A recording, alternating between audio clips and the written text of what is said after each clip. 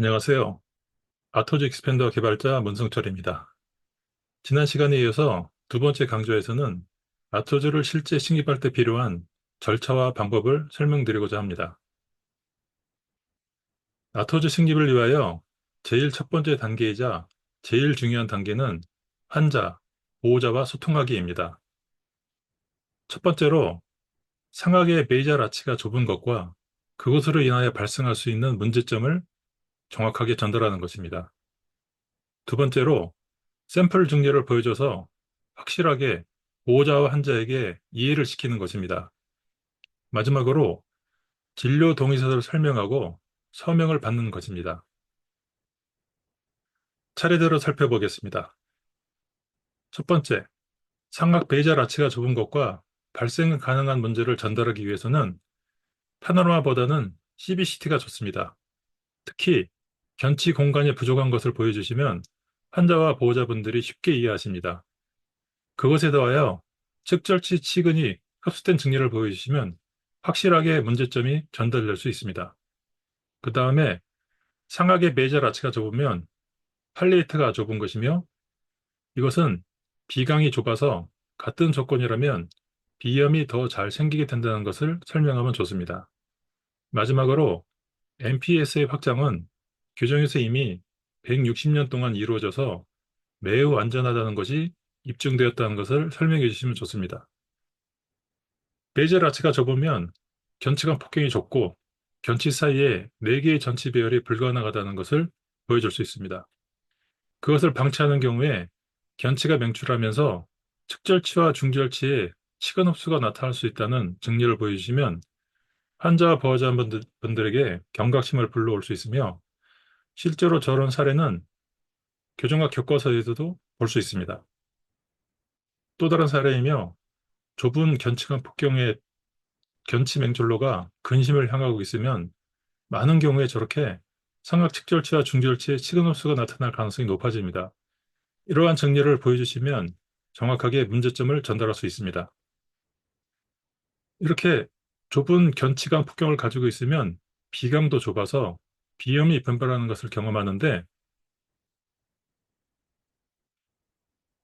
베이젤 아치를 확장하면 상악 전체의 배열도 정상화할 수 있고 비강의 폭도 정상화되어서 비염의 발생 빈도를 감소시킬 수 있습니다. 다음은 샘플 증례를 보여주는 것입니다. 샘플 증례를 보여주면서 아래의 사항에 대해서 간단하게 설명하여 환자와 보호자들이 느끼는 불안감을 풀어드리는 것이 필요합니다. 첫 번째로 신기발 때 당연히 마취는 합니다. 그러나 그 후에 통증 등의 문제는 없습니다. 이것은 많은 분들이 하고 있는 치과용 임플란트와 동일하기 때문에 그것과 비교해서 설명해 드리면 좋습니다. 두 번째, 장착 중인 환자의 스마일 포토를 보여주면 좋습니다. 장치를 장착해도 아이가 편안하게 잘 지낼 수 있다는 것을 보여주면 좋습니다. 세 번째로 이 장치는 환자의 장치 협조도가 필요 없다는 것입니다. 그래서 보호자들이 부담이 없다는 것을 강조하시면 좋습니다. 그 다음에 장치 제거 직후와 힐링 등 사진을 보여주면 이 장치는 제거하면 흔적이 거의 남지 않음을 강조하시면 좋습니다. 그리고 마지막으로 치료 효과를 보여주면 즉 견치가 정상 맹출되고 파라네이잘 에어의 볼륨업, 그다음에 비염 증상 완화 등을 보여주시면 치료의 가치를 정확하게 전달할 수 있습니다. 실제 환자 증례입니다. 이 환자는 특징적으로 측절치 치근이 근신 경사되어 있는데 이것은 상방에 있는 견체관 폭경이 좁다는 것을 의미합니다. CBCT를 보시면 직관적으로 상악 견체관 폭경이 좁으며 상악 사전체 정상적인 배열이 어렵다는 것을 알 수 있습니다.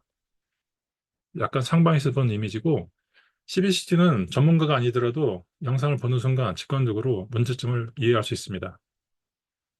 아토즈를 장착하고 좌우로 3mm가 벌어져서 상악 측절치에 특징적인 근심 경사가 일부 해소되고 견치가 명출할 공간이 확보되었습니다. 여기서 보시면 특징적으로 상악의 베이잘 아치 부위가 8mm가 넓어졌는데 하악 거치부에서는 여타 다른 확장 장치처럼 심한 시저스 바이트가 발생하지 않고 그것을 염려하실 필요도 없습니다. 왜냐하면 서서히 베이젤 아치가 확장되는 동안 치아는 자연스럽게 주위의 근육에 의해서 컴pen세이션이 일어나기 때문입니다. 완전히 확장이 된 상태이고 아토즈가 장착된 상태에서 구강위생 관리만 잘해주면 별다른 불편감 없이 지낼 수 있다는 것을 보여주고 안면 사진에서 웃는 스마일샷입니다. 장치 제거에는 아무런 흔적이 남지 않는 것을 보여줍니다. 확장 전후의 비교 사진입니다. 연구치의 맹출이 진행되면서 공간이 부족했던 견치가 자연스럽게 다른 치료 없이 맹출이 이루어진 사진입니다. 확장 전후에 비교해서 송곳니에 위치하는 변화를 테너로아에서도 보여줄 수 있는데 정확하게는 CBT에서 보여주면 직관적으로 전달을 할 수 있습니다. 또 다른 증례입니다. 오른쪽에 크로스바이트가 있고 좁은 입춘장으로 해서 특징적인 상하사전치 배열 상태를 보여주고 있습니다. 역시 CBCT에서 직관적으로 베이젤 아치가 좁고 견치 폭경이 좁으면 정상적인 전치 배열은 불가능하다는 것을 보여줄 수 있습니다. 확장 전후의 CT 사진이고요. 확장의 진행 과정입니다. 구강위생 관리만 잘하면 특별한 염증이나 불편감 없이 잘 지낼 수 있습니다. 확장 전치 제거 후의 사진과 확장 전의 구강내 사진입니다. 확장 전후의 얼굴 변화입니다. 상악에서 자연스러운 파란 네이절 부위의 볼륨 증가로 더욱 보기 좋은 안무를 보여주고 있습니다. 45도 측면 안무 변화를 뚜렷하게 볼 수 있습니다. 파란 네이절 볼륨업과 비강이, 비호흡이 좋아져서 전체적으로 자세도 좋아지고 호흡도 훨씬 편안한 것을 볼 수 있습니다. 사진에서는 볼 수 없지만 전체적으로 얼굴의 얼굴빛이나 이런 걸 볼 때 아이가 편안하게 잘 지낸다는 것을 알 수 있습니다. 45도 스마일샷입니다. 확장 후의 CBCT입니다. 확장 전후의 CBCT입니다. 이러한 비교 사진이 확장 전의 변화에 대해서 직관적으로 설명해 줄 수 있습니다. 이 두 개의 샘플 증례는 나중에 저희 웹사이트에 올려놓을 수 있는데 그 부분에 대해서는 조금 더 협의가 필요하기 때문에 차후에 공지해 드리겠습니다. 마지막으로 진료 동의서를 설명하고 서명을 받는 단계입니다. 이것은 환자와 의사를 보호하는 중요한 단계입니다. 그리고 진료 동의서에서 아토즈 식립과 문제를 일으킬 수 있는 중요한 전신질환과 또 중요한 복용 약물을 확인을 하는 것이 필요하고 발생 가능한 부작용에 대해서 환자와 보호자에게 정확하게 전달하는 것이 필요합니다. 그리고 유사시에 필요한 후속 조치에 대해서 사전 설명도 역시 중요합니다. 이것은 제가 제작한 시술 동의서 양식인데 공문과 영문이 있습니다. 아토즈익스펜더닷컴 웹사이트에 고객 지원 게시판에 올릴 예정이오니 다운받아서 수정해서 사용하시면 됩니다. 좀 더 크게 자세히 잠시 살펴보면 시술 동의서라고 기록되어 있고 차트 번호 이름, 그다음에 환자 특이 상태 중에 여러 가지 전신 질환이 있지만 아토즈 식립과 관련돼서 그 관계가 될 수 있는 그런 부분만 정리가 되어 있습니다. 당뇨병, 그다음에 출혈소염, 그다음에 심장병 병력, 그다음에 골다공증, 특히 성인에서는 이게 굉장히 중요합니다. 임플란트를 자주 시술하시는 분들은 이게 굉장히 중요한 것을 익히 아실 텐데 교정 의사들은 그 이 부분에 대해서 잘 그 경각심을 못 느끼시는 경우가 많은 것 같습니다. 그다음에 스테로이드 제제 장기 사용 여부, 그다음에 당연히 항생제하고 리도캔 알러지가 있는지 이 부분이 굉장히 중요합니다. 그리고 기타 병력. 그래서 이 시술 동의서는 첫 번째는 이 시술과 시술의 목적 및 내용이 기재되어 있습니다. 환자에게 정확히 정보를 전달해야 되기 때문에 교정 치료 중에 좁은 입천장을 벌려서 정상 상태를 만들고 비호흡 개선을 위해서 입천장뼈 중앙에 심입한다. 미니 임플란트와 구기약장 장치는 치료가 목적이 달성되는 제거되고 제거된 부위는 주의사항을 잘 지키고 처방된 약을 잘 드시면 수일 내에 자가 치유된다. 그다음에 여기에 발생 가능한 합병증, 후유증, 시술 주의사항이 적혀 있습니다. 미니 임플란트는 크기가 매우 작고 생체 친화적인 재질로 합병력이 강습니다. 그러나 식립을 위해서는 마취가 필요하고 그다음에 식립이 되어야 하므로 일반적인 시술과 마찬가지로 통증, 염증, 부종, 감염, 지연성 출혈 등의 불경이 나설 수 있으나 심각하지 않다고 다시 한번 불안감을 잘 달래주시기 바랍니다. 시술 후 미니 임플란트와 구기약 장치 주위에 청결 유지, 금연 금주, 뜨거운 음식 절제가 필요하다. 그다음에 비강 점막에도 일부 접근됨으로 시술 후에 코피가 날 수도 있고 코가 비강 점막이 약간 부어서 코가 막힌 듯한 느낌이 들 수 있다. 이때 과도하게 강하게 코를 풀면 출혈이 심해질 수 있으므로 주의해야 된다. 실제로 이런 일은 자주 일어나진 않습니다. 하지만 가능성까지 미리 충분히 설명드리는 게 좋습니다. 마취가 풀린 후에 시술 부위에 그 하루 이틀 정도 불편감이나 화끈화끈한 느낌이 있을 수 있으나 주의사항을 잘 지키고 처방된 약을 잘 드시면 수일 내에 증상이 사라진다. 보통 약은 3일 정도 처방을 합니다. 미국에서는 항생제 처방에 대해서 굉장히 보수적이기 때문에 약을 처방하는 것을 잘 하지 않지만 비강에 접근되기 때문에 비강은 대부분 그 구강내와 같이 타액에 의해서 잘 씻겨 내려가거나 그러지 않기 때문에 이비인후과에서는 어떤 시술을 하는 경우에 그 항생제를 적절한 항생제를 적절하게 처방하는 것을 잘 아실 겁니다. 그래서 개인적으로는 아토지 시술 후에 항생제 3일 정도는 처방하는 것이 타당할 것이라고 저는 생각하고 있습니다. 미니 임플란트가 성공적으로 식립되었고 시술 후 주의사항을 잘 지켰어도 식립 부위의 뼈의 골질이 너무 무른 경우 조기 탈락할 수 있으며 필요 시 추가 식립할 수 있다. 이런 부분도 자주 생기지는 않습니다. 왜냐하면 좌우에 3개나 4개가 식립되면 서로서로 그 힘을 나누어 부담하기 때문에 이런 경우는 드물지만 그러나 경우에 따라서는 식립 부위의 골질이 굉장히 얇거나 무른 경우는 그 부분이 탈락할 수 있습니다. 구기확장 장치는 FDA 인증된 생산자가 GMP 기준을 충족하는 생산 과정과 엄격한 품질 관리를 통하여 제작되었습니다. 그럼에도 불구하고 불가항력적인 다양한 원인으로 장치의 변형이나 파손이 발생할 수 있습니다. 불가항력적인 다양한 원인은 하방에 역시 물질이 너무 무른 경우에 빈스크루가 그 부분에서 움직이면서 힘이 아토지 확장력이 스스로를 변형시키는 쪽으로 작용하는 경우가 생길 수 있습니다. 그래서 그럴 수 있기 때문에 그리고 아토즈는 그 상당히 복잡한 구조를 가지고 있기 때문에 여러 가지 힌지들이 있습니다. 그런 부분도 역시 상당히 엄격한 품질 관리를 통해 제작되지만 밀리언 단위로 ppm 단위로 어떤 장치의 파손이나 그런 게 발생할 수 있습니다. 그래서 자주 발생하지 않지만 뭐 만일의 경우를 대비해서 충분히 설명해 주시는 것이 필요합니다. 이런 경우에 구강 내에서 만약에 변형이나 파절이 되면 손상된 장치를 제거하고 식립 부위가 암은 후에 새로운 장치를 다시 장착할 수 있습니다. 또는 환자가 다시 재장착을 원하지 않으면 치료 효과가 떨어지지만 환자분의 상황에 맞춰서 일반적인 확장 장치를 대체할 수 있다. 이것을 설명해 주시는 것이 좋겠습니다. 그리고 환자가 처음부터 아토즈를 식립하는 것을 원치 않는다. 그럴 때는 가능한 대안으로서 환자의 상태에 따라서 다른 형태의 구개혁 장치를 사용할 수 있으나 본 장치보다는 기간이 오래 걸리고 치료 효과가 원활하지 않아서 치료 목표를 달성하기 어렵다라는 것까지 설명하면 좋습니다. 그리고 맨 마지막에 본인 또는 환자에 대한 시술의 필요성, 내용, 합병증, 후유증, 시술 주의사항으로부터 설명을 듣고 충분히 이해하고 본 시술로서 불가항력으로 야기되거나 환자의 특이 치료로 인해 합병증 또는 후유증이 발생할 수 있음을 사전 설명으로 충분히 이해했다.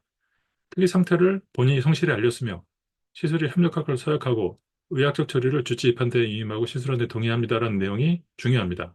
그리고 여기에 연, 월, 시, 분까지 기록이 되어 있는데 이 동의서의 시간이 중요한 이유는 과거에 동의서에 받은 날짜는 기록되어 있으나 시간이 기록되지 않아서 문제가 생긴 판례가 있기 때문입니다. 시술을 오후에 했는데 오전에 그 전에 받아야 되는데 여기 만약에 시간이 기록되어 있지 않다면 그거를 입증하라고 했을 때 입증할 수 없기 때문에 문제가 생긴 경우가 있었습니다. 다음은 식립을 위한 가이드를 준비하는 단계입니다. 아토즈는 적절한 위치에 바이코티칼로 좌우에 최소 3개 이상의 미니스크루가 정확하게 식립되어야 정상적으로 작동할 수 있습니다. 그것을 하기 위해서 식립 가이드가 필요합니다. 첫 번째, 하이브리드 타입 가이드입니다. 이것은 기존의 말피나 MSE를 많이 경험한 분들이 처음 시작할 때 이것을 사용하기를 추천드립니다. 그 이유에 대해서는 차차 설명드리겠습니다. 두 번째, 썩다운 가이드입니다. 썩다운은 우리가 통상적으로 지칭하는 이지만 서머플라스틱 머티리얼로 열갑 성형해서 가이드를 만드는 방법입니다. 사전에 그 아토지의 위치를 선정하고 그 위치에 고정한 다음에 목업을 고정한 다음에 썩다운 가이드를 만드는데 이 부분에 대해서 차차 설명드리겠습니다. 그다음 마지막으로 아토조 내비게이션 시스템인데 이것은 가칭입니다. 그래서 환자의 CBCT하고 환자의 구강내 스캔 데이터를 정합해서 환자의 버추얼 팔레트를 만들고 그 버추얼 팔레트에서 역시 버추얼로 된 아토즈 모형을 움직여서 위치시킨 다음에 맞춤 길이 스크류와 가이드 이것을 만드는 방법론입니다. 첫 번째, 하이드레드 타입 장치 예인데 하이브리드 타입으로 적용할 때는 치아의 밴드와 와이어 암 자체가 이 아토즈를 승립하는 동안 위치를 고정하는 가이드 역할을 하게 됩니다. 하이브리드 타입에서는 가이드 아토즈를 사용하여 식립을 도와줄 수 있습니다. 가이드는 아토즈를 처음 접하는 유저들이 스크류의 적절한 식립 위치와 각도를 체득할 수 있도록 도와주고 특히 파일럿 드릴이 사용이 필요한 성인에서는 아토즈 유기험자들에게도 시술에 도움이 됩니다.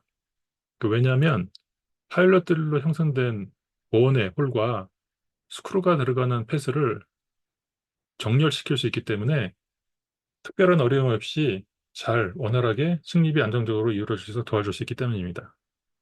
이 가이드 아토즈는 요 위에 체결해서 사용을 할 수 있습니다. 하이브리드 타입 아토즈는 베이젤 아치와 덴탈 아치를 동시에 확장하는 것이 필요한 경우에 사용하고 성인에서는 골격이 강한 경우에 확장력을 MPS와 CMS에 동시에 적용시켜 보다 효율적인 확장이 이루어지도록 할 수 있습니다. 일단 확장이 진행되어 CMS가 활성되면 그 후에는 확장의 진행에 따라서 덴탈 아치 변화를 적절하게 유도하면서 부분적으로 밴드와 와이어를 제거하면서 계속 확장을 진행할 수 있습니다. 베이젤 아치 변화를 보이시고 덴탈 아치는 하악의 아치와 코디네이션 시키면서 중간에 적절하게 제거하면서 확장을 진행하면 됩니다. 그리고 두 번째 방법인 썩다운 가이드의 제작 동영상을 살펴보겠습니다.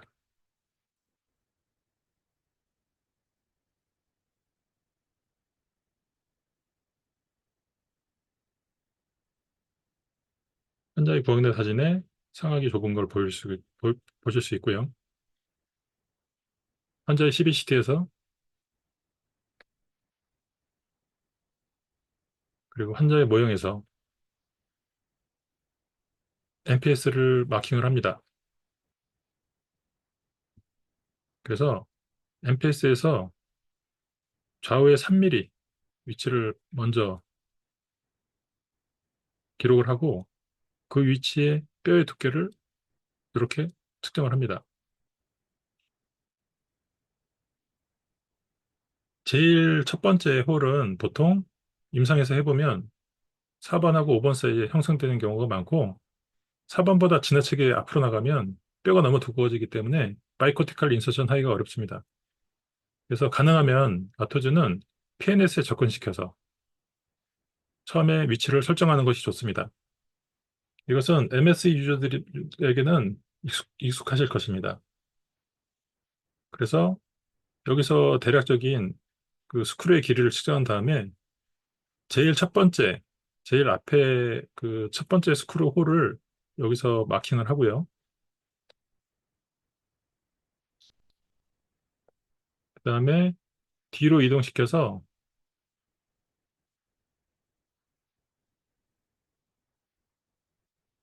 마지막 홀 위치에 해당되는 부위에 역시 뼈의 두께를 측정하시면 됩니다.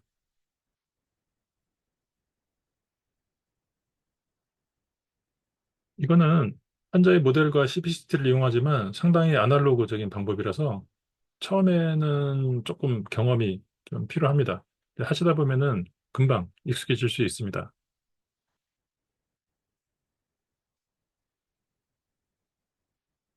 저기 보시는 것은 8mm 아터지 목업입니다. 거기에 스티키 왁스를 부착해서 우리가 원하는 위치에 고정을 할 수 있습니다.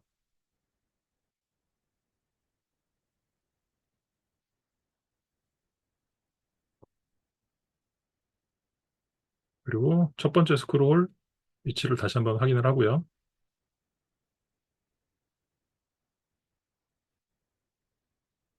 이 목업은 퍼스트 제너레이션이기 때문에 맨 마지막 홀이 여기 있지만 세컨드 제너레이션은 보통 이 정도 위치에 있습니다.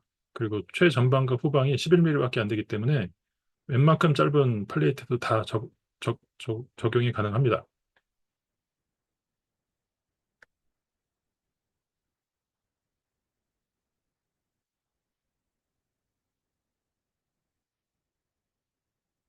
마킹하고 압력을 가해서 단단하게 고정한 다음에 요번에 스티커 악스를 제거합니다.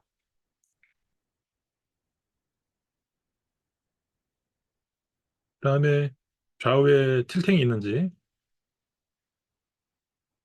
MPS에 대해서 정확하게 수지로 고정되어 있는지 확인을 하고 그다음에 서머플라스틱 아크릴 플레이트를 적용해서 석다운을 합니다.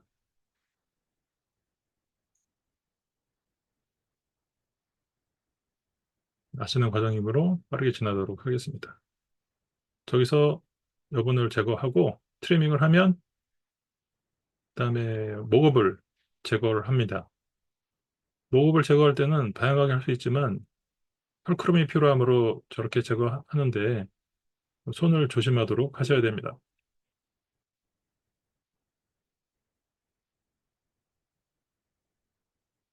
이 영상은 artogsexpander.com 웹사이트에 수록되어 있으므로 아토즈 익스펜더 유튜브 채널에 있으므로 다시 한번 보시기를 권해드리고 차후에 추가 질의나 문의사항은 그 온라인 강좌나 오프라인 강좌에서 제가 그 질의응답 해드릴 수가 있습니다.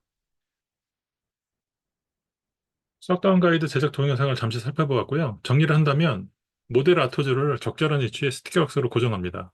이 적절한 위치라는 것은 아까 환자의 그 석고 모형과 CBCT에서 설정을 하였는데 처음에는 약간 그 경험이 필요하지만 한두 정리 해보시면 금방 적응할 수 있을 겁니다.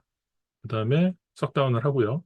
여기서 사용하는 플레이트는 1.0mm는 너무 얇습니다. 보통 해보니까 보통 1.5mm 두께가 적절합니다.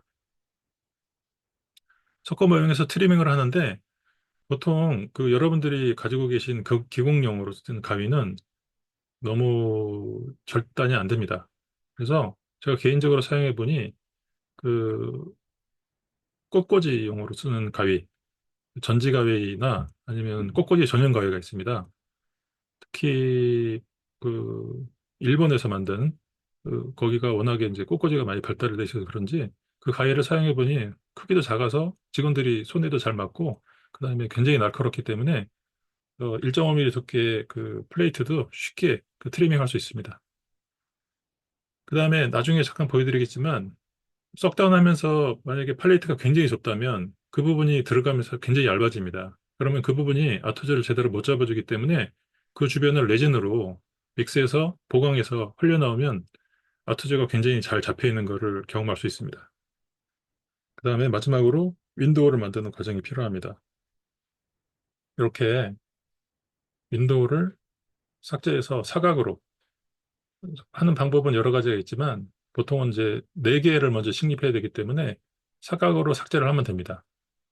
그리고 아까 설명드린 대로 여기가 굉장히 좁아서 이 부분이 너무 얇으면 이거 자체가 잘 못 잡혀서 좌우로 움직일 수 있습니다. 그때 여기에 레진을 믹스해서 보강을 해주시면 매우 단단하게 아트줄을 잡아줄 수 있습니다.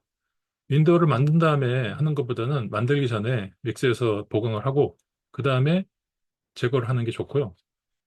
몇 번 해보시면 금방 요령을 터득할 수 있습니다. 여기 보시는 것처럼 심을 때 대각선으로 이렇게 심기 때문에 그 세 개, 최소 세개 정도, 3열 정도는 노출되게 그렇게 하시면 됩니다. 그리고 보통 침입할 때 우리가 이쪽 방향에서 환자를 보기 때문에 이 부분을 여기 있는 그 스크루, 수나삼은 잡혀 있고 이 부분을 충분히 여유 있게 삭제를 해서 요 1번 스크루가 노출되도록 이쪽 방향에서 보일 때 이 레진, 이 아크릴 플레이트가 가리지 않도록 하는 게 좋은데 이 부분도 여러 번 해보시면 한두 번 해보셔도 금방 아실 수 있을 겁니다.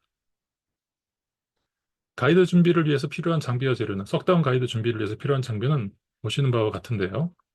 레트로셋과 CBCT, 그 다음에 서머플라스틱 베큐um 몰딩 머신, 그다음에 소바, 그다음에 라운드바나 기공용 블레이드입니다. 소바는 우리나라에서 만드는 건 아니고요. 미국에서 수입할 수 있습니다. 그래서 현재는 이 통관 과정에 그 기구에 대해서 이게 의료기기냐 기공용 기구냐 이제 질의가 있었는데 기공용 기구는 어려움 없이 수입이 됩니다. 그래서 제가 수입할 때 식약처에 질의해서 답변받은 서류가 있기 때문에 그거를 공유해 드릴 수 있고 그것을 가지고 어렵지 않게 수입이 가능하실 겁니다. 나중에 기회가 되면 한국의 딜러를 통해서 대량 구매해서 뭐 판매하는 것도 생각해 볼 수 있겠습니다. 기공용 블레이드가 별도로 판매하지만 고가이기 때문에 진료실에서 간단하게 11번 블레이드와 리도캔 카트를 가지고 이렇게 만드실 수도 있습니다. 그래서 이걸 가지고 윈도우를 형성한 주변에 거스름이나 이런 것을 약간 더 다듬어서 깔끔하게 만들어 줄 수가 있습니다. 아토조 식립 가이드 중에 세 번째 방법은 가칭 아토조 내비게이션 시스템입니다. 현재 온3D에 탑재되어 있고요. 거의 마무리 단계에 있습니다. 개발이 완료되면 유저분들께 공유드리도록 하겠습니다. 현재 진행 중인 과정을 간략하게 보여드리겠는데 환자의 CBCT와 구원의 스캔 데이터를 정합한 버추얼 팔레트에 버추얼 아토조를 적절한 위치에 놓고 그 위치를 검증을 한 후에 가이드를 출력하는 단계를 거칩니다. 다음은 마취 단계입니다. 가이드가 준비되어 있으면 마취를 해서 식립을 해야 되기 때문에 그 마취 단계도 중요한 단계입니다. 왜 그러냐면 통증의 조절은 환자의 식립을 위해서도 필요하지만 식립 과정의 통증 조절이 잘 되지 않는다면 후속 환자들의 심리적 저항과 불안감의 원인이 되기 때문입니다. 요즘 같은 SNS 사회에서는 소문은 아시다시피 굉장히 빠르게 퍼져나갑니다. 절차는 위와 같습니다. 먼저 진료동에서의 리도캔 알러지에 대해서 이미 우리가 확인했지만 다시 한번 확인하는 것이 필요합니다.片面마취형 젤을 바르고요. 그 다음에 니들은 31게이지 익스트라 숏을 사용하는 게 좋습니다. 이 부분에 대해서는 조금 더 설명드리겠습니다. 이 바늘은 굉장히 얇고 짧기 때문에 점막이 얇은 곳에 자입이 쉽고 통증이 적습니다. 그리고 석션을 해야 되는데 이 부분도 추가 설명해 드리겠습니다. 왜냐하면 아트주가 식립을 해야 되는 MPS 좌우 3mm는 아시다시피 점막이 굉장히 얇습니다. 그래서 우리가 일반적으로 사용하는 블록용 니들은 자입이 잘 되지 않습니다. 그 다음에 리도케인 스프레이를 한쪽 코에 3번 정도 이렇게 뿌리게 되는데 이때 이제 기침이 나올 수 있고 그 다음에 약간 누워서 그 마취액이 뒤로 코 뒤쪽으로 흘러 들어가게 좀 도와주는 게 필요합니다. 그 다음에 이것을 충분한 시간 동안 그 후에 10분에서 20분 정도 안정기를 갖는 게 중요합니다. 그동안 환자가 많이 안정되고 그 후에 시술 과정에서는 잘 따라오는 것을 경험할 수 있습니다. 먼저 리도케인 젤은 5%가 있고 20%짜리가 있는데 5%짜리는 다양한 용도로 통증 조절에 사용하고 가정에서 사용하지만 20%짜리는 표면 마취용으로 구분되어 있습니다. 실제로 5% 젤은 얼음을 이용한 마취 방법과 효과 면에서 큰 차이가 없다는 연구도 있습니다. 동일한 회사에서 나온 5% 젤과 20% 젤입니다. 20% 젤에는 토피컬 아네스테틱이라고 표시가 되어 있습니다. 대표적으로 허리케인과 맨조젤은 20%입니다. 치과에서 블록 마취형으로 널리 사용된 니들 대신에 31게이지 익스트라 숏 니들을 추천합니다. 아까 말씀드렸지만 우리가 아토젤을 식립할 부위는 점막이 굉장히 얇기 때문에 블록용 니들은 자입이 잘 안 되고 그 다음에 골막에 자극이 커서 통증이 심할 수 있습니다. 이 니들은 굉장히 얇기 때문에 그 얇은 점막에도 잘 자입이 되고 마취액이 쉽게 주사됩니다. 약간 눕혀서 식립하셔도 되고 그리고 이 니들은 우리가 블록을 교정 의사들이나 뭐 블록을 할 경우가 아니면은 일반적인 치과 시술에 널리 사용할 수 있습니다. 한번 구입해서 사용해 보시기를 권해드립니다. 이 부분은 기본적으로 점막이 얇아서 조직 내 공간이 작으므로 주사된 마취약은 잘 들어가면서 역류돼서 흘러나올 수가 있습니다. 누워서 마취하면은 리도케인 액이 흘러서 목으로 넘어가면서 기침 반사가 나올 수 있기 때문에 어시스트가 메탈 석션 팁으로 바로 근처에서 석션을 해주면 여기서 바로 석션이 되므로 기침 반사를 예방할 수 있습니다. 우리가 보통 그 마취를 하는 무크폴컬 폴드나 이런 쪽은 이런 일이 잘 없는데 이 부분은 굉장히 얇기 때문에 이렇게 석션을 같이 해주는 게 도움이 됩니다. 바이코티칼 인서션을 스크류를 정확한 길이로 재서 신깁을 하더라도 비강 점막 쪽에 스크류 팁이 접근을 하면 거기에 자극을 줘서 통증을 느낄 수 있습니다. 그래서 비강 내에 리도케인 스프레이를 뿌리는 것이 당장은 환자가 기침을 하고 이거 자체를 좀 불편해하지만 약 10분이나 20분 정도 기다려서 안정을 시키면 식립 도중에 불필요한 통증을 더 확실하게 조절할 수 있습니다. 코에 한쪽당 3에서 4회를 뿌리는데 미리 환자에게는 이것이 들어가면 마치 수영장에서 물이 들어간, 아니 샤워 중에 코에 물이 들어가는 것 같은 경험을 할 것이고, 그리고 이제 기침이 좀 나올 것이다.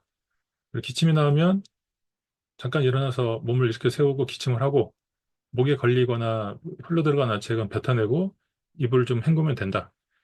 그 후에는 약간 누워서 마취액이 코 뒤로 좀 더 흘러들어갈 수 있도록 그렇게 해야 된다라고 환자에게 설명해 주시면 됩니다. 왜냐하면 그 뒤쪽으로 마취액이 충분히 안 들어가면은 그 후방에 스크류를 식립할 때 조금 더 통증을 느낄 수가 있습니다. 마취에 필요한 기구와 재료입니다. 이제 식립 단계인데요. 그 전에 먼저 영상을 잠깐 보시겠습니다. 아토조 식립을 위한 중요한 임상 팁들이 있습니다. 이 부분이 식립이 잘 돼야 처음 식립할 때부터 특별한 어려움 없이 아토조를 경험하실 수 있습니다. 마취하는 단계고요. 보시다시피 석션을 해서 마취액이 목으로 흘러 들어가는 걸 막아주고 있습니다.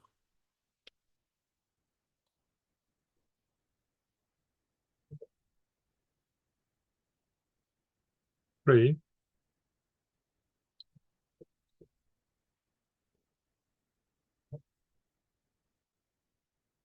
환자는 기침을 하고 물을 헹군 다음에 다시 누워있게 되고요.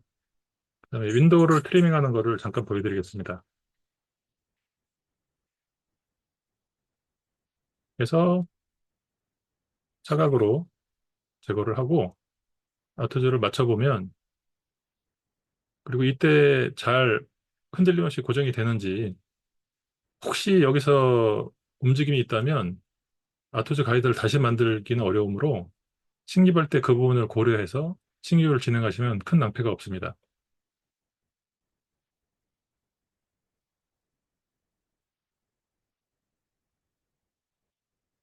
이쪽에서 시선이 오기 때문에 이 부분이 과도하게 남아서 여기가 잘 시야가 가려지지 않도록 충분히 삭제하는 것이 중요합니다.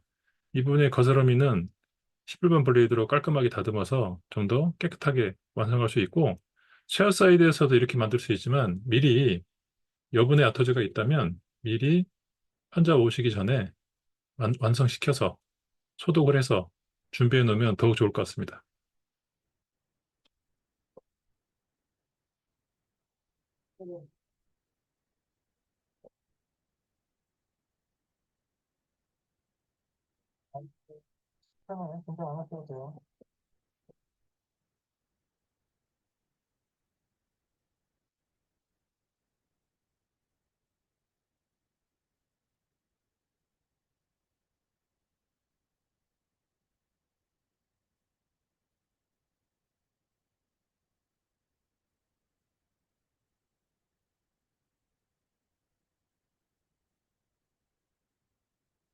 프로 케이스는 동일한 올텐 소재인데 이건 검은색입니다. 근데 실제로 이제 시판되는 제품은 호박색으로 훨씬 더 보기가 좋게 되어 있습니다. 그리고 제가 사용하는 것은 신기할 때 무선 핸드핏을 사용합니다. 이것에 장점이 있기 때문에 차후에 추가 설명해 드리겠습니다.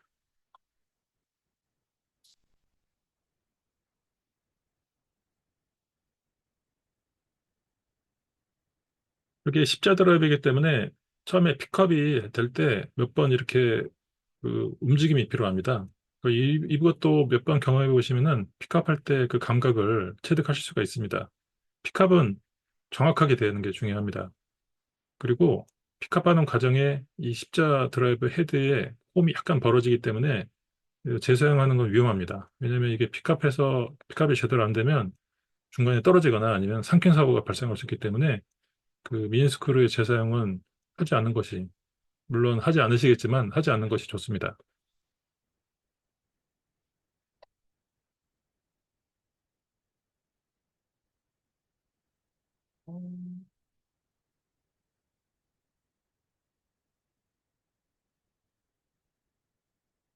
이 아토즈 가이드가 정확하게 제작이 되면 양쪽을 정확히 잡아줬기 때문에 별로 움직임이 없습니다. 하지만 그러니까 이거는 하나의 샘플로 보여드린 건데 실제로 정확하게 못 잡고 약간 롤링이 있는 경우도 있습니다. 그때는 그 손으로 위치를 그 고정시킨 상태에서 침입을 하기도 합니다. 그러니까 결국은 그 하이브리드 가이드처럼 양쪽에서 와이어하고 밴드로 잡혀 있으면 상당히 단단하게 유지가 되는데 석다운 가이드는 실제로는 이 아토지의 위치를 우리에게 알려주는 역할만 하고 실제 식립을 할 때는 이것이 좌우로 흔들리지 않도록 술자가 잘 조절하면서 해야 됩니다. 그래서 처음에 하는 유저들은 하이브리드 가이드로 시작하는 것을 추천합니다. 그래서 하이브리드 가이드로 환자 술자의 자세라든지 그다음에 식립할 때의 각도라든지 이런 것들이 좀 더 익숙해지면 요 석다운 가이드로 넘어가는 것을 추천드립니다.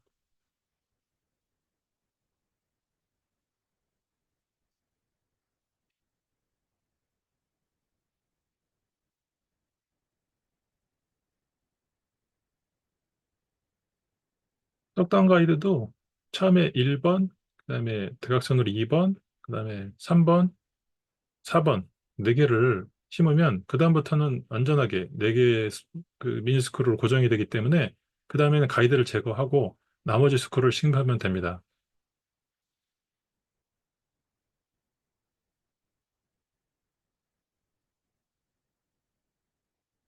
나중에 미니스크루 신깁에 대해서 한 번 더 설명드리겠지만 이 미니스크루 자체는 셀프 드릴링, 셀프 태핑 기능이 있어서 회전을 하면 자동으로 진입이 되게 되어 있습니다. 그래서 처음에 코티칼 번을 통과할 때는 약간의 그 하박력을 가하지만 일단 이것이 스스로 들어가는 느낌이 들기 시작하면 하박력을 가하는 건 피하는 게 좋습니다. 왜냐하면 스크루 팁은 끝이 돼지꼬리처럼 되어 있기 때문에 힘을 주어서 하박력을 주면 그 팁 자체가 한쪽으로 치우치면서 비틀어지는 경우가 종종 생깁니다. 그래서 코티칼본만 통과할 때만 아주 약한 하박력을 주어서 도와주고 일단 스스로 진입하기 시작하면은 이 패스만 유지해주면서 기다려주는 것이 가장 중요합니다.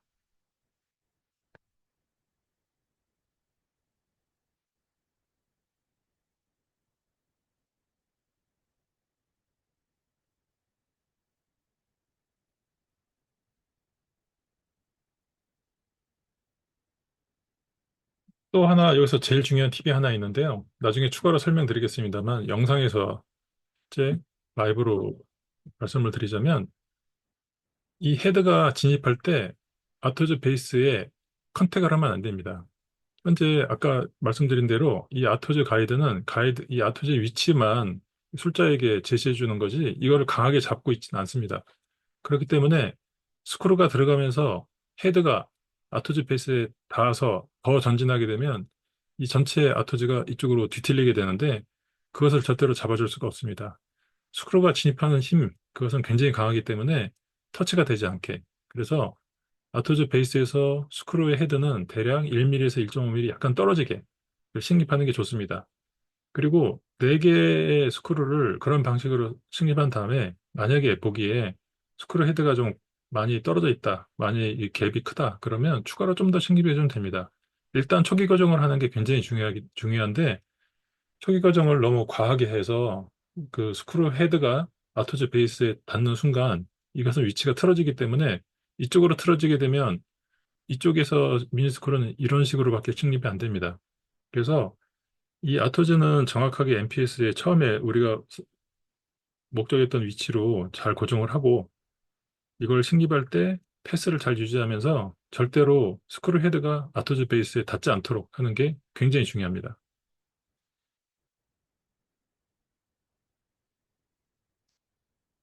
첫 번째를 완료했고 대각선으로 두 번째, 그다음에 마지막 대각선. 그리고 네 개가 식립이 되면 넉다운 가이드를 제거하고 시야를 확보한 상태에서 나머지를 승립합니다. 승립을 할 때 여기서 하방력을 가할 때 손을 잡은 상태에서 손으로 누르려고 하는 것보다는 만약에 하방력이 필요하다면 다른 손의 손가락으로 살짝 헤드에 올려놓는 식이 제일 좋습니다. 왜냐하면 이게 90도로 꺾여 있기 때문에 여기서 누르는 힘은 대부분 비틀림 힘으로 나타나고 정확한 하방력이 아니라 비틀린 상태로 하방력을 가하기 쉬워서 스크루의 방향이 엇나가는 경우가 생길 수 있기 때문입니다.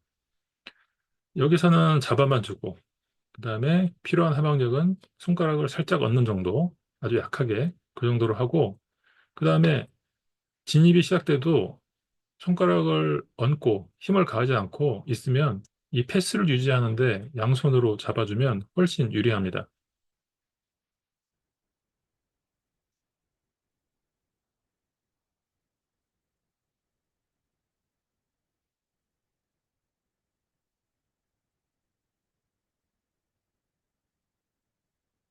자, 지금 제가 쓰고 있는 ISD 900 제품은 토크를 미리 설정할 수가 있는데요. 아트즈 그 미니스크루는 규정 토크가 25 뉴턴 이하로 설정되어 있습니다. 25 뉴턴보다 더 강한 힘을 가하면 비틀림 힘에 의해서 스크루가 파절될 수 있습니다. 이것이 식약처에서 그 실험을 통해서 인증되었고 등록되어 있기 때문에 규정 토크를 반드시 지키시는 게 좋습니다. 만약에 그 그 핸드피스에 토크가 그 25가 없다. 네, 그러면 최대 27이나 30은 넘지 않도록 하셔야 됩니다. 그리고 식립도 중에 스크루가 부러지는 이유는 규정 토크를 넘어서라기보다는 패스가 안 맞아서 패스가 안 맞아서 스크루 홀에 대해서 비스듬하게 들어가는 경우에 미니 스크루 홀과 스크루의 샤프트 사이에 과도한 마찰이 생겨서 그런 경우가 훨씬 더 많습니다. 그래서 나중에 설명드리겠지만 이 자세가 정확한 게 중요하고 그다음에 항상 패스를 일정하게 유지하는 게 중요합니다. 그다음에 과도한 하방염을 가하지 않고 맨 마지막에 팁이 닿지 않게 물론 네 개가 식립이 되면 팁이 닿아도 이게 비틀리거나 그러진 않습니다. 방금 그 경고음이 들리는데 이것은 규정 토크 25에 근접하고 있다는 얘기거든요. 만약에 그 경고음이 계속 들리고 저항이 세서 멈추게 되면 계속 진입을 시도하는 것은 부러뜨릴 수가 있습니다. 스크류에.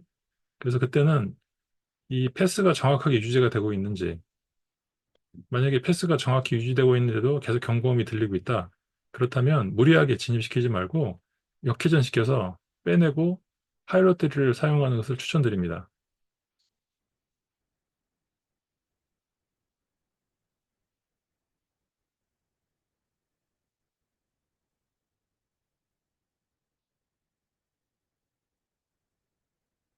생립을 다 끝냈고 그래서 나중에 한번 다시 보여드리겠습니다만 승립한 첫날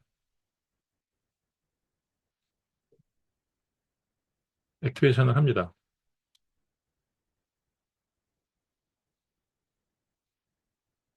액티베이션 강도는 너무 과하게 강하게 할 필요는 없습니다. 다만 승립 첫날 이 주변 조직에 자극을 주는 것이 필요합니다.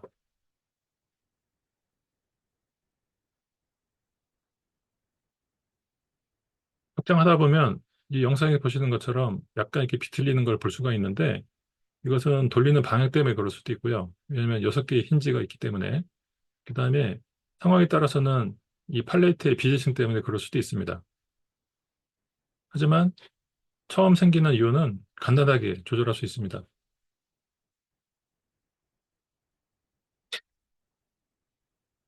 이거를 저 상태에서 조절하지 않고 그대로 놔두면 식립은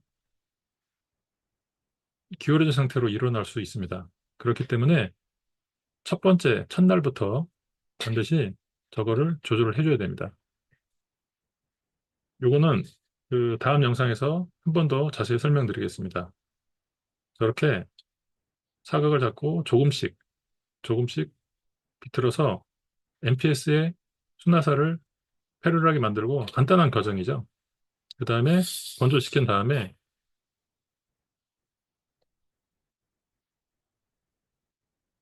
히폴로를 틈에 적용하면 됩니다. 많이 해도 상관없고 만약에 환자가 뭔가 혀를 많이 쓰고 그런 사람이라면 이 부분을 해서 불편하지 않게 해줄 수도 있습니다.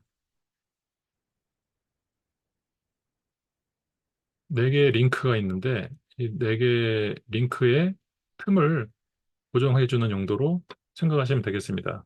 이거 자체는 아시다시피 탄성이 있기 때문에 이렇게 고정해 놓았다 하더라도 아토즈가 정상적으로 기능을 못하지 않습니다. 정확히 잘 하고 있고 단지 이것은 패러렐한 상태를 초기부터 말하자면 양쪽의 수처들이 패러렐하게 반응하도록 길들이게 하는 그런 의미라고 생각하시면 되겠습니다.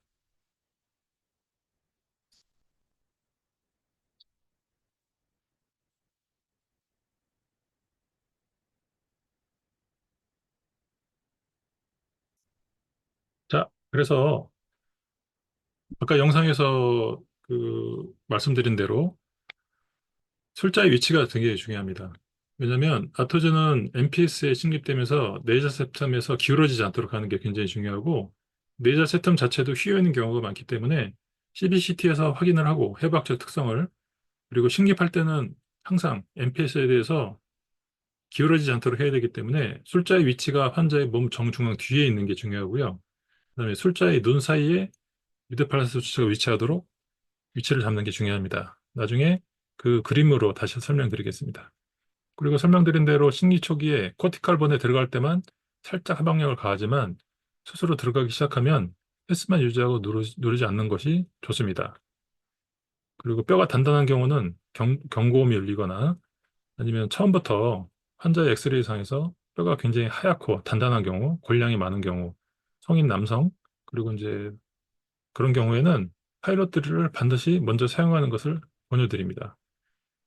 이 토크는 25뉴턴 이하로 그 승인을 받았기 때문에 25에서 30 뉴턴 이하로 사용하시고 RPM도 25에서 30 RPM 정도에서 사용하시는 것을 권해드립니다. 그리고 여러 번 강조드렸지만 초기에 4개의 스크루는 100% 승립하려고 하시면 안 됩니다. 스크루가 누르는 힘은 매우 강하므로 터치하는 순간 아토제 위치가 기울어지기 시작합니다. 그래서 90에서 95%약 스크루 헤드의 목 부분이 약 1에서 1.5mm 정도 떨어져 있는 정도까지만 승립하기를 추천드립니다. 확장력은 헤드가 미니스크류 헤드가 베이스에 접촉했을 때 생기는 건 아닙니다. 미니스크류 샤프트가 그 홀 내에서 그 측방의 그 저항력에 저항하는 것이기 때문에 헤드가 반드시 베이스에 붙을 필요가 없습니다. 그리고 대각선으로 승립하여 초기에 4개의 스크루를 승립하는 게 중요합니다. 자, 이것이 실제로 웹사이트에 정리되어 있는 임상 팁인데 가장 제일 원칙은 임상가의 위치와 자세입니다. 그래서 MPS 좌우 3mm에서 비중격을 기준으로 기울어지지 않도록 승립되어야 하고 그렇기 때문에 임상가가 환자의 머리 바로 뒤에 몸이 위치하는 것이 좋습니다. 그리고 했을 때 환자의 MPS가 양쪽 눈 사이에 위치하여 식립 부위가 잘 보이도록 자세를 잡는 게 중요하고 술자의 자세와 시선이 환자의 MPS에 정렬되어야 아토즈 익스팬더가 MPS 맞으면서 좌우로 기울어지지 않도록 가이드가 있다 하더라도 환자의 자세와 이것이 굉장히 중요합니다. 그리고 미니스크로의 과도한 하방력은 피해야 됩니다. 미니스크가 처음 코티칼본을 관통할 때 약간의 하방력, 핸드피스를 가볍게 누르는 힘 정도가 도움이 되고 말씀드린 대로 핸드피스를 쥔 손으로 누르는 것보단 왼손에 그 손가락을 살짝 얹어서 가벼운 힘을 주는 정도가 도움이 됩니다. 그런데 일단 그 코티칼본을 통과한 후에도 하방력을 계속 주면 나사상 끝이 다른 방향으로 틀어지게 돼서 미니스크가 원하지 않는 방향으로 진행되어 휘거나 부러질 수 있습니다. 따라서 처음 코티칼본에 미니스크가 진입할 때 초기 저항이 사라지고 미니스크가 회전하면서 스스로 전진한 감각이 느껴지면 하방력을 가하지 말고 미니스크가 스스로 뼈 안으로 서서히 빨려 들어가는 감각을 유지하는 것이 바람직합니다. 세 번째로 성인의 경우에는 파일럿들을 사용하는 것이 추천됩니다. 미니스크루는 나사는 끝에 와인병의 코르크 오퍼너 모양으로 형성되어 있기 때문에 스스로 뼈를 파고들면서 동시에 셀프 드릴링, 셀프 태핑이 되도록 설계되어 있습니다. 그래서 대부분은 파일럿 드릴링 없어도 식립이 가능합니다. 그러나 뼈가 아주 단단한 성인들에게는 파일럿 드릴링을 해주는 것이 훨씬 안전하고 완전히 바이코티칼로 파일럿 드릴을 하면 좋겠지만 그렇지 않은 경우에는 첫 번째 코티칼 본이라도 파일럿 드릴을 해주면 훨씬 안정되게 식립할 수 있습니다. 미니스크루는 안전하게 식립할 수 있는 회전 토크를 25뉴턴 이하로 승인받았습니다. 25뉴턴은 이것을 10분의 1로 하면 대략 2.5kg으로 볼 수 있고 토크는 아시다시피 뉴턴 센티미터인데 1cm 길이의 그 작은 막대기에 2.5kg을 건 힘입니다. 2.5, 25뉴턴도 그렇게 치면 상당히 강한 힘입니다. 1cm 길이의 막대기에 그 500ml 생수 5개를 매단 거랑 마찬가지이기 때문에 상당히 강한 힘이거든요. 그래서 이것보다 높은 토크를 사용하는 것은 미니스크루의 파절이나 변형을 가져올 수 있습니다. 그래서 진입이 안 된다. 이때는 토크를 증강시켜서 무리하게 하는 것보다는 아래 절차를 따르는 것이 좋습니다. 첫 번째, 시술자의 자세가 틀어지거나 미니스크루의 진입 방향이 스크루 홀의 방향과 정렬되지 않아서 스크루와 스크루 식립홀 사이에 과도한 마찰이 발생하고 있는지 확인하는 것이 제일 필요합니다.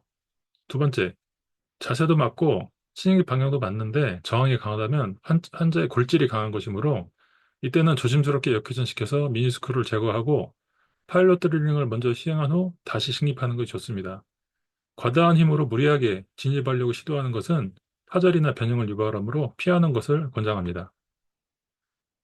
그리고 처음에 아토즈 설치 중에 아토즈를 잡아주는 가이드는 아토즈의 언더컷 향상을 이용하여 장치를 잡아주고 있으므로 잡아주는 힘에 한계가 있습니다.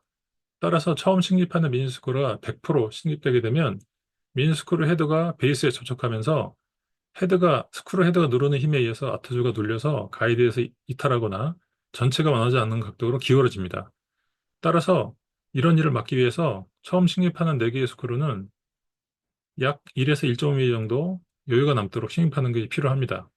그래서 처음 2개를 심을 때 대각선 방향으로 심고 나머지 2개도 대각선으로 심어서 총 4개가 식립되면 아토즈가 안정적으로 고정이 됩니다. 그 후에는 썩다운 가이드를 제거하고 아니면 다른 가이드도 제거하고 그 추가로 식립하고 편안하게 마무리 가능합니다. 그리고 이때 그 식립에 필요한 기구와 재료는 첫 번째로는 무선 핸드피스가 좋은데요. 보통 최후의 결찰에서 쓰는 유선보다는 무선 핸드피스를 추천합니다. 왜냐하면 유선은 그 선 자체가 두껍고 이게 당기는 힘이 있기 때문에 식립 각도를 유지하거나 하기가 쉽지 않습니다. 그래서 무선 핸드피스는 저는 NSK사의 IST900 모델을 2년간 사용해 왔는데 여러 가지 면에서 아주 우수했습니다. 오스템에서 이 드라이버는 그 헤드 소독도 어렵고 그래서 사용을 안 했는데 최근에 이 드라이버 플러스가 나와서 사용해 볼 예정입니다. 그다음에 파일럿 드릴용 핸드피스가 128대 1과 있고 64대 1이 있는데 이 부분에서는 차후 설명드릴 것이고요. 파일럿 드릴 있습니다. 이것이 NSK IST900 모델입니다. 이 부분을 쉽게 제거해서 소독이 가능합니다. 그리고 규정 토크 이상의 힘이 걸리게 되면 경고음이 생기기 때문에 현재 그 저항이 어느 정도인가 그거를 느낄 수가 있습니다. 미리 이제 경고를 하기 때문에 과도하게 계속 진입하지 않도록 도와줄 수 있습니다. 이거는 오스템의 이 드라이버인데 너무 짧고 이게 완전히 분리해야 소독이 가능하기 때문에 제거하면 이 안에 기어도 나오고 그러기 때문에 실제로 소독이 쉽지는 않습니다. 그래서 보유하고 있지만 제가 사용하지 않고 있고요. 최근에 재작년에 나온 이 드라이버 플러스입니다. 음, 헤드를 간단하게 착탈해서 소독이 가능합니다. 실제로 이것은 나중에 사용해보고 사용감을 공유하겠습니다. 파일럿 드릴은 드릴의 절삭을 위해서 어느 정도 이상의 회전 속도가 필요합니다. 그래서 파일럿 드릴은 미니스크루 식립용으로 쓰는 보철용 드라이버보다는 어느 정도 회전 속도가 나오는 엔더용 드라이버를 사용하는 것이 좋습니다. 저는 주로 128대 1을 쓰는데 가끔 뼈가 매우 단단한 증리에서는 64대 1이 절삭하게 용이한 것 같습니다. 그리고 파일럿 드릴로 드릴링을 할 때는 그 각도를 잘 유지하는 것이 필요합니다. 일단 파일럿 드릴에서 본홀이 생겼는데 패스가 중간에 흔들리게 되면 장축이 기울어지면서 드릴이 부러질 수가 있습니다. 그래서 뼈가 매우 단단한 성인이나 초심자들은 하이브리드 타입에서 가이드 아토즈를 사용하시거나 또는 가이드가 일체형으로 프린팅된 3D 가이드를 사용하시는 것을 권장드립니다. 아토즈 드릴 비트이고요.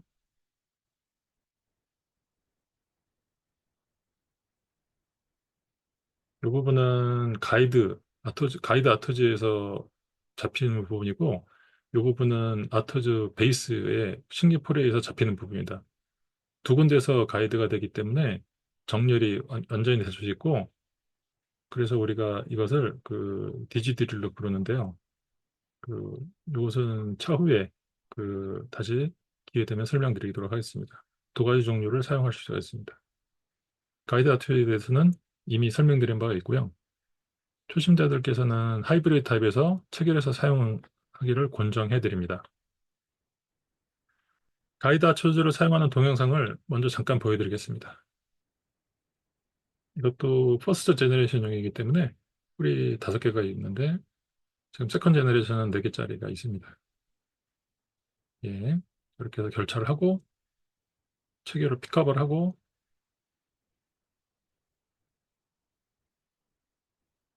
저렇게 되면 비록 초기에 이 자세라든지 손의 각도나 이런 것이 익숙하지 않은 상황에서도 이 드라이버 각도를 항상 일정하게 유지할 수 있기 때문에 비교적 용이하게 승립이 가능하고 파일럿 드릴을 사용할 때도 이 가이드가 잡아주기 때문에 일단 본호를 만들고 파일럿 홀을 만든 다음에 승립을 하게 되면 훨씬 더 안정적으로 승립되는 걸 경험하실 수 있을 겁니다. 이 영상은 그 하이브리드 타입이 아니지만 하나의 그 예시로 보여드리기 위해서 제작이 됐습니다. 가이드 아토즈는 하이브리드 타입에 저만 꼭 사용해 보시기를 권해드립니다.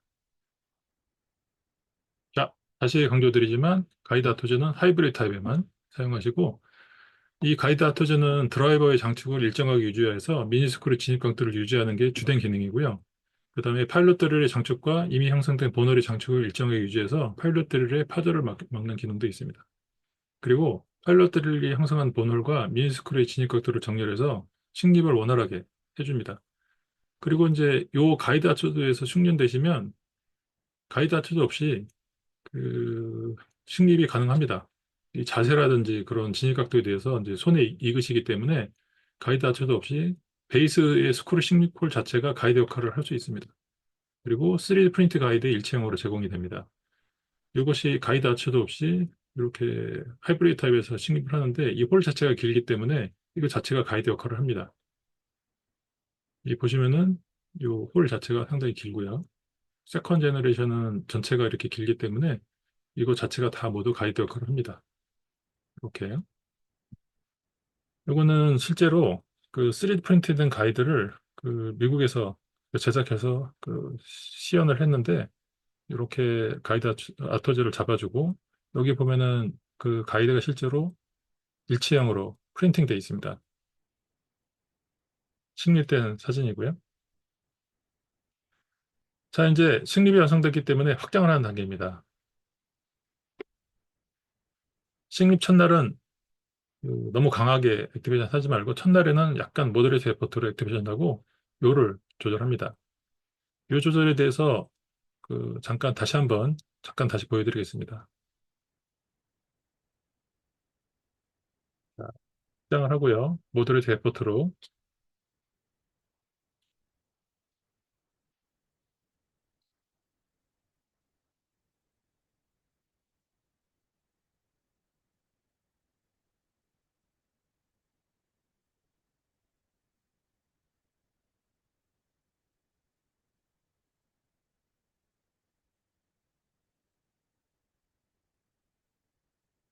와인가르트 플라이어를 이용해서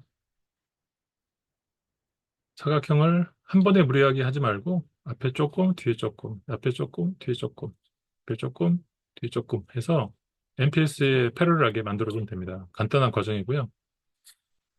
건조시키고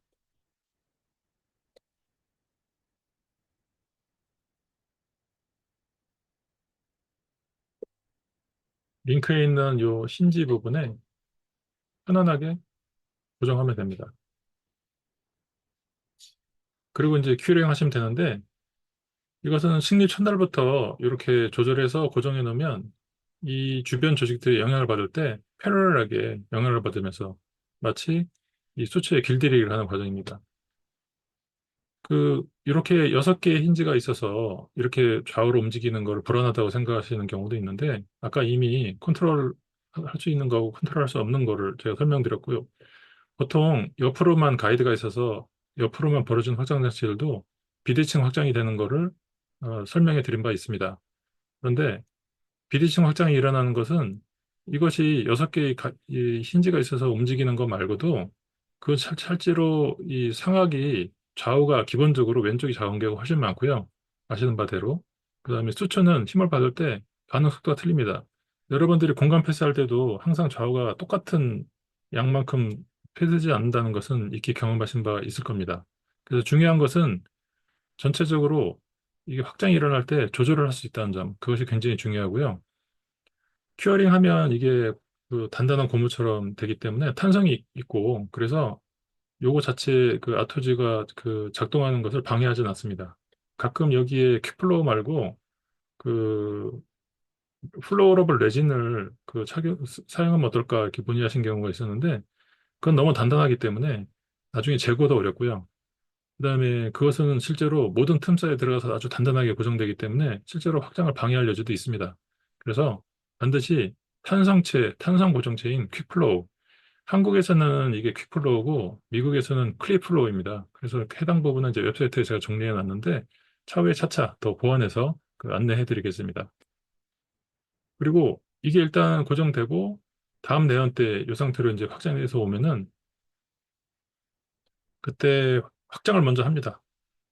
그리고 이제 다음 내원에 오면은 이제 음식물이 좀 껴있고 그러기 때문에 보조자에게 좀 제거해서 깨끗하게 클리닝하라고 하고, 그다음에 술자가 확장을 합니다. 확장을 하면 요 틈이 넓어지기 때문에 이게 약간 고무처럼 되어 있는 상태에서 확장이 되니까 루즈해집니다. 그럼 이게 쉽게 제거가 됩니다. 간단하게 익스플로러로 제거가 되고, 확장한 다음에 기존의 퀵플로를 제거하고 그다음에 건조한 다음에 다시 적용하면 됩니다. 그래서 확장, 기존 퀵플로 제거, 건조, 재적용 이렇게 하시면 되겠습니다. 자, 이렇게 식립 첫날 모더레이트 에포트로 액티베이션하고 요 조절하는 걸 설명드렸고요. 첫날, 식립 첫날은 보통 3일 정도 저는 항생제를 사용을 합니다. 진통제하고. 그래서 이 부분에 대해서는 미국 같은 경우에는 굉장히 보수적이기 때문에 사용을 안 하시는 경우도 있는데, 말씀드린 대로 이제 비강 쪽에 일부 영향을 받기 때문에 메디케이션 하는 것을 추천해 드립니다. 그 다음 약속은 1주 또는 2주 후에 그 약속을 해서 잘 아물었는지, 그 다음에 구강위생 관리는 잘 하고 있는지 확인을 해야 됩니다. 구강위생 관리도 이제 중요한데, 그 부분에 대해서는 차후에 요 다음에 설명을 드리겠습니다. 그 후에는 소아는 2주 간격으로 부르고 청소년이나 성인은 4주 간격으로 불러서 확장을 하는데, 이것은 술자가 판단해서 환자의 반응을 보면서 그 간격을 조절할 수 있습니다. 우리가 보통 교정 환자를 약속할 때 4주 간격으로 약속을 하는데 4주 간격으로 약속해도 충분합니다. 또는 4주 후에 왔는데 여전히 힘이 저등돼 있고 반응이 안 나타났으면 확장을 추가를 하지 않고 다시 4주 뒤에 부르기도 합니다.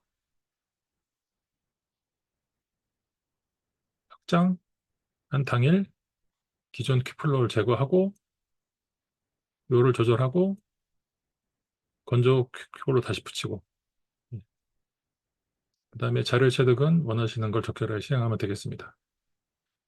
반복되는 슬라이드인데 와인과 레드프로이드를 앞뒤 서서히 조금씩 조절한 다음에 큐플로를 사용하시면 됩니다. 이것이 확장한 직후에 약간 기울어지는 모습이고, 조절한 다음에 큐플로. 보기에는 굉장히 많이 붙어 있는 것 같지만 작동하는데 아무런 문제가 없습니다. 필요하면은 아이들 같은 경우에는 이제 계속 혀를 만져서 불편해하는 경우도 있기 때문에 특히 이 뒤쪽 이런 부분을 덮어주면 편안하게 지냅니다. 필요한 기구, 재료 설명드렸고, 위생관리 부분입니다. 아토즈는 베이스가 티타늄으로 만들어져 있으므로 연조직에 대한 생체 친화성이 매우 우수합니다. 그러나 우리가 자연치아도 위생 관리가 안 되면 치연염이 발생하고, 임플란트에도 임플란트 주위염이 발생하는 것처럼 아토즈도 식립 후에 위생 관리가 필요하고 중요합니다. 아토즈 베이스와 입천자 점막 사이에 위생 관리를 잘 하지 못해도 별다른 염증이 없는 경우도 있습니다. 환자분 중에서도 그 보강 위생 관리, 양치를 잘 안 하는데도 그 치은염이 생기지 않는 부분도 있고 조금만 못해도 금방 생기는 분들이 있듯이 이 아토즈가 생기는 상태에서도 비슷하게 나타나는 것 같습니다. 네, 그런 분들은 더 열심히 이술질을 해야 되는데 아토즈도 마찬가지입니다. 만약에 그냥 약간 그 발적이 있고 약간 붓는 정도는 양치를 열심히 하고 그러면 금방 가라앉는데 가끔 어떤 분들은 진지발 하이퍼플라지아가 심하게 생겨서 이거를 덮어버리는 경우도 있습니다. 그건 아마 그 개인적인 그 염증에 대한 개인적인 반응 차이라고 생각이 되는데 물론 드문 경우지만 이런 경우가 처음부터 발생하지 않게 기본적으로 모든 환자들에게 이걸 어떻게 깨끗하게 관리해야 되는지 설명해 드리고 양치를 하도록 유도하는 게 중요합니다. 그래서 이렇게 이제 정리해 봤는데 이 양치를 관리 방법도 제가 나중에 웹사이트에 그 고객 지원의 게시판에 올릴 예정입니다. 예, 보시고 필요하면 수정해서 사용하시면 되는데 좀 작긴 하지만 여기 보시면은 이 관리 방법을 저희가 써놨습니다. 치과용 임플란트와 동일 소재로 제작돼서 자연치와 가까울 정도로 적합성이 우수하다. 하지만 자연치도 음식물을 잘 닦아내거나 치대 관리를 안 하면 염증이 날 수 있다. 그래서 자연치와 마찬가지로 위생관리 잘해야 된다. 처음에 식사 후에는 장치 주변 음식물이 있는 거를 여러 차례 가글 해서 씻어내고 워터픽을 사용할 수 있으면 좋다. 하지만 워터픽만으로는 안 되고 무게확장 장치도 입천장의 치아라고 생각하고 칫솔과 치약을 이용해서 구석구석 말끔하게 닦는다. 특히 장치와 입천장 점막 사이 경계부에 치대가 잘 모이게 되므로 그 부분을 잘 닦아라. 그렇지 않으면 점막이 부어서 장치를 조기에 제거하는 경우가 생길 수 있다. 장치 뒤쪽에 저 목 쪽으로 잘 안 보이는 부분도 구조를 생각하면서 좀 잘 닦으시라. 그리고 마지막에 충분한 물로 여러 차례 강하게 가글 해서 남아있는 음식물과 치대를 제거하시라. 불편한 점이 있으면 다음 약속일에 문의를 하시면 된다. 이렇게 이제 정리가 됐습니다. 자, 이제 거의 이제 마지막 부분인데 그 아토즈는 그 보통 이제 본본 타입으로 그 단독으로 부착이 되는데 그 하이브리드 타입 그리고 페이스 마스크를 겸용한 타입 그다음에 기타 용도로 훅을 제작하는 경우에 고려 사항을 이거는 이제 기공소에서 이제 필요한 내용인데 먼저 아토즈 유틸리티 바이어 사용 설명서를 잘 읽어보시라고 요청을 드려야 됩니다. 그리고 한 개를 단독으로 훅으로 사용하는 건 무리다. 이건 이제 그림으로 설명드리겠고요. 페이스 마스크의 디자인은 밴드 부착형, 치열궁 외부 돌출형, 치열궁 내부 위치형 등으로 필요하게 다양하게 할 수 있고요. 이런 거는 기공소에서 측료를 보조한 러버 트레이에 고정돼서 옵니다. 그래서 역시 똑같이 100% 승립하려고 하지 말 것이고 약하게 승립해서 미니스크 헤드가 아토즈 베이스에서 1에서 1.5mm 정도 떨어져 있다고 해라. 여기에 실제로 그 아토즈 유틸리티 바이어의 그 사용자 주의사항인데 거기서 기공을 할 때 너무 예리하게 구부리는 걸 반복하면 벌어질 수 있다. 이거는 뭐 일반적으로 와이어를 다루는 분들이니까 다 이해하고 계시고요. 그리고 여기에 체결되는 것이 그 와이어는 316 스테인리스이고 아토즈 베이스는 티타늄입니다. 그래서 강도가 약하기 때문에 너무 강하게 돌려서 체결하려고 반복하면 와이어 암의 순환 상상이 묻어지면서 오히려 더 헐거워질 수 있습니다. 그래서 또 그런 부분을 조심하시라. 이렇게 이제 돌려서 체결하게 되어 있는데 이 부분이 그 같은 동종금속은 강하게 돌릴수록 더 강하게 체결이 되지만 베이스는 티타늄이고 이것은 좀 무른 스테인리스이기 때문에 이걸 계속 강하게 돌리려고 하면은 나사선이 망가지면서 오히려 더 물러질 수 있습니다. 그래서 적절하게 초기 고정이 되면 그 상태에서 기공을 진행하시면 됩니다. 그래서 최종적으로 기공이 끝나서 이 훅을 보면 살짝 이렇게 놀기도 하는데 크게 문제가 되지는 않습니다. 그래서 여기서는 충분히 그 구강 내에서 조절도 가능하고요. 왜냐하면 약간 유격이 있지만 절대로 빠지지는 않습니다. 그리고 아까 말씀드린 게 뭐냐면 요거 하나를 고정해서 이걸 단독으로 훅을 사용할 수는 없습니다. 왜냐하면 이게 나사선으로 되어 있기 때문에 약간만 움직이면은 거기서 돌아서 계속 이렇게 돌 수가 있거든요. 그럼 이제 좀 불편하시기 때문에 반드시 두 개를 해서 하나의 훅을 사용하도록 두 개를 연결해서 사용하시라. 이렇게 이제 전체 토탈로 전방 이동시킬 때 뭐 이런 식으로 훅을 만들 수도 있고요. 예, 뒤로 보낼 때 이렇게 훅을 사용할 수도 있고. 이거는 이제 페이스 마스크 훅 중에 밴드 부착형으로 이렇게 사용해서 여기서 바로 환자가 그 페이스 마스크 일라스틱을 걸 수도 있게 할 수도 있고, 그다음에 외부로 이렇게 돌출돼서 밴드 없이 해서 할 수도 있고, 그다음에 구강 내에서 훅이 있도록 할 수도 있습니다. 보통 아동에서는 특히 혼합철기에서는 이런 형태의 디자인이 가장 사용하기 편하고 효과적으로 쓸 수 있습니다. 그다음에 이제 마지막 제거 단계인데, 그때는 당연히 처음에 이제 필요하면 그 표면 마취를 좀 해주고요. 그다음에 역시 그 익스트라 숏 리드를 사용하고, 그다음에 여기서 이제 중요하게 제가 강조드리고 싶은 것은, 제거할 때 말씀드린 대로 미니스크류 십자홈이 이미 한번 식립 도중에 루즈해졌기 때문에 제거하는 도중에는 픽업이 정확히 안 됩니다. 그래서 제거하면서 자칫 잘못하면은 목으로 넘어갈 수가 있습니다. 그래서 미니스크류는 그 티타늄이기 때문에 굉장히 가볍고, 그래서 그 삼킨 사고가 되면 상당히 큰 이슈가 될 수 있습니다. 기도로 넘어가면 더 큰 문제가 되고, 식도로 넘어가도 그것이 가볍기 때문에 정상적으로 음식물이나 그 변과 같이 배출이 안 되기도 합니다. 그리고 날카로우니까 어딘가에 장에 박히게 되면 그 큰 수술을 할 수 있고, 그래서 여러분 잘 아시는 대로 어쨌든 그 미니스크루, 대표적으로 저 엔도형 파일을 삼키는 경우처럼 상당히 리스크가 있습니다. 그래서 미니스크루를 식립할 때는 새 미니스크루이기 때문에 픽업이 굉장히 강하게 됩니다. 강하게 되고 그걸 억지로 빼려고 해도 사실 잘 안 빠지거든요. 픽업한 상태에서 조심스럽게 넘겨서 이미 홀로 진입이 된 상태이기 때문에 삼킨 사고가 생기는 일이 거의 없습니다. 하지만 뺄 때는 그 픽업이 정확히 안 될 수 있기 때문에 반드시 요거를 하셔야 됩니다. 영상으로 제가 보여드리겠습니다. 자, 말 그대로 러버댐처럼 꺼즈로 만든 댐입니다.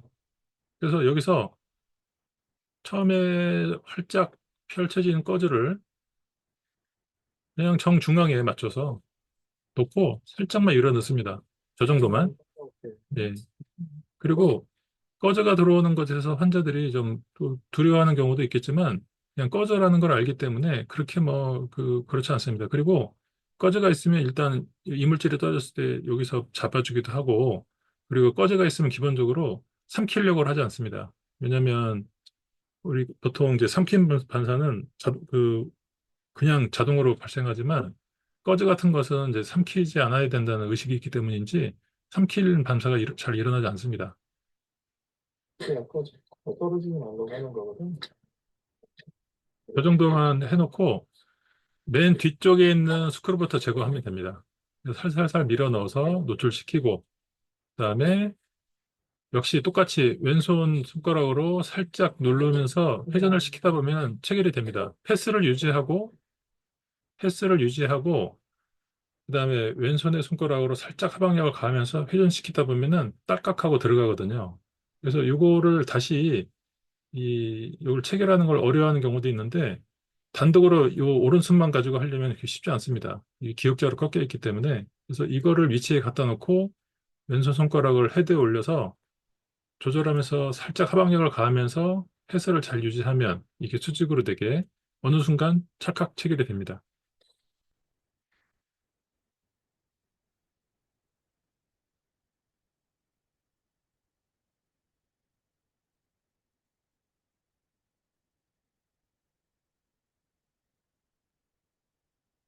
자, 저거는 체결이 된 상태로 픽업된 상태로 나왔는데, 그렇지 않은 경우가 훨씬 많습니다.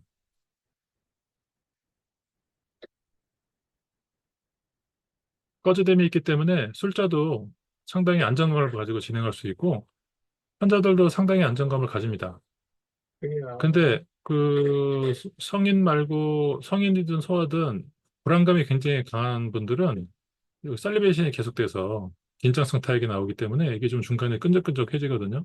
만약에 그렇다면 제거하고 중간에 이걸 제거하고 새로 넣으시면 됩니다. 그리고 꺼져가 있어서 장점은 또 뭐냐면, 맨 뒤에부터 제거하는 이유가, 제거하면 블리딩이 살짝 되는데 위에서부터 하면은 이게 여기 시야를 가리니까 맨 뒤에서부터 하는 게 좋고요.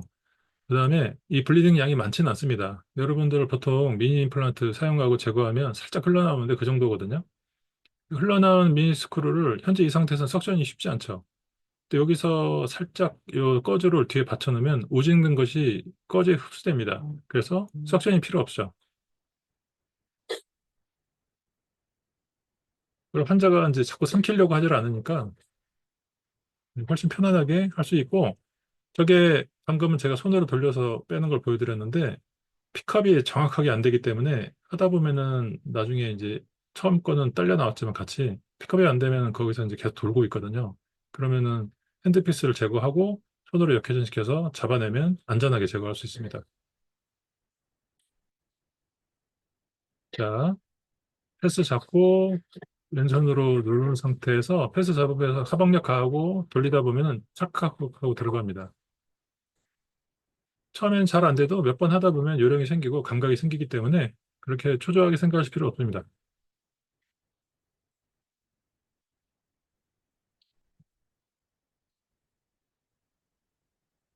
자,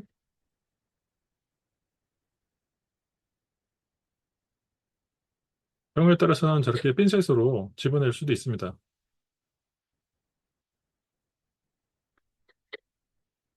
우징되고 있는 거 보이시죠?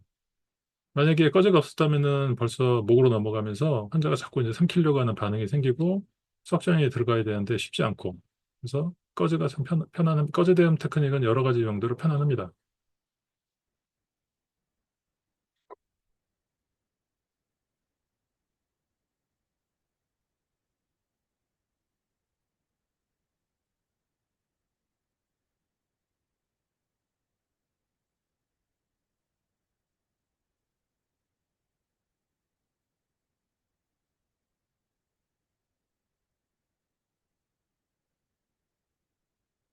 맨 마지막 스크롤을 제거하고 손으로 돌리면 한 번에 저렇게 딸려 나올 수도 있고요.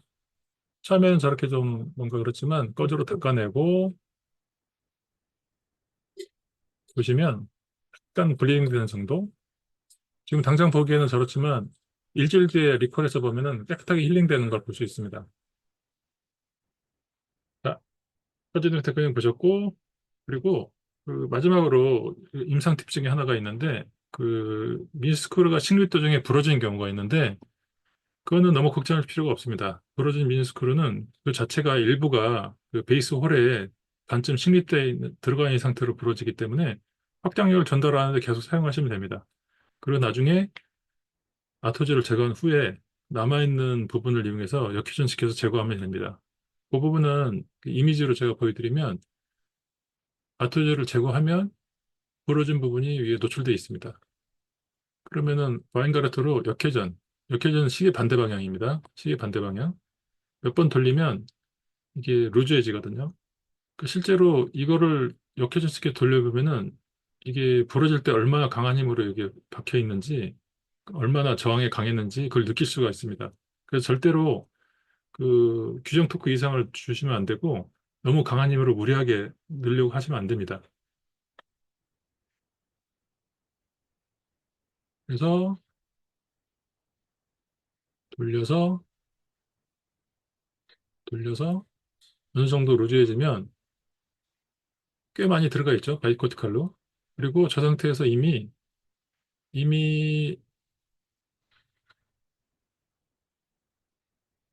확장하는데 기여를 하고 있었기 때문에 저렇게 돌리고 나머지 부분은 안전하게 손으로 역회전시켜서 잡아내면 완료됩니다. 자, 제거된 아토제는 그 규정에 따라서 폐기를 하셔야 되고요. 그 일회용 의료기기는 재사용이 금지되어 있습니다. 그래서 이거는 보건복지부하고 국민건강보험에서 캠페인인데, 감염 또는 손상의 위험이 높아서 재사용이 금지되는 일회용 의료기기에 아토제가 해당됩니다. 그래서 이식형 의료기기. 그래서 제거하던 아토제를 뭐 다시 사용하고 싶은 유혹을 느끼실 수 있는데 사용하시면 안 되고요. 왜냐하면 그 자체 아토제는 구조가 신지들이 많기 때문에 그 부분에 세척을 할 수가 없고, 유기물이 세척이 안 되면 소독기가 돌려도 바이러스나 세균은 멸균이 안 될 수가 있습니다. 그리고 교차 감염 우려가 당연히 있고, 특히 아토전은 사용 중에 상당히 강한 압력을 수개월간 버텨야 되는데 그동안에 금속 피로가 누출되어 있습니다. 이게 저성하는 경우에 구강 내에서 파열이나 변형이 쉽게 올 수 있습니다. 그래서 일회용으로 그 제작되어 있고, 모든 아토주에는 제품의 시리얼이 새겨져 있습니다. 그래서 특정 아토주의 시리얼이 다 있기 때문에 어떤 제품이 어느 병원으로 가는지 기록이 남게 됩니다.